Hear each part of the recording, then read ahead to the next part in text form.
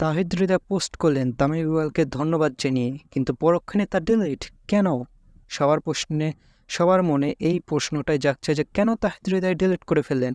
তো চলুন জানি আসল ব্যাপারটা। আসল ব্যাপার হচ্ছে তাহিদ হৃদয় বর্তমানে যে কোম্পানির সাথে স্পন্সরশিপে চুক্তি করেছে, সেই চুক্তি অনুযায়ী তিনি যতদিন পর্যন্ত এই স্পন্সরশিপে থাকবেন ততদিন অন্য কোনো ব্র্যান্ডের তিনি প্রমোশন করতে পারবেন না। যার কারণে তিনি সি স্পোর্টসের সঙ্গে যদিও চুক্তি সম্পন্ন করছেন, কিন্তু তার প্রমোশন করতে পারবে না চুক্তিটা শেষ না হওয়া পর্যন্ত।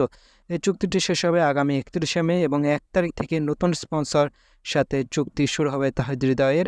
যার কারণে তাহিদ হৃদয়ের যে অ্যাডমিন ছিল পেজের, তিনি ভুল করে এই পোস্টটি করে ফেলেছেন, যেটি তিনি শিডিউল করেছেন এবং সেটা পাবলিক হয়ে গেছে।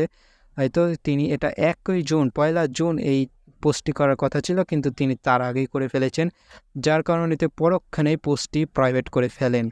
তো বন্ধুরা, এতে রহস্যজনক কোনো কিছু নেই এবং ফেসবুকে যে গুজব ছড়াচ্ছে যে তামিম ইকবালকে নিয়ে পোস্ট করছে, তার জন্য তাকে চাপ প্রয়োগ করছে, এগুলো কিছু না।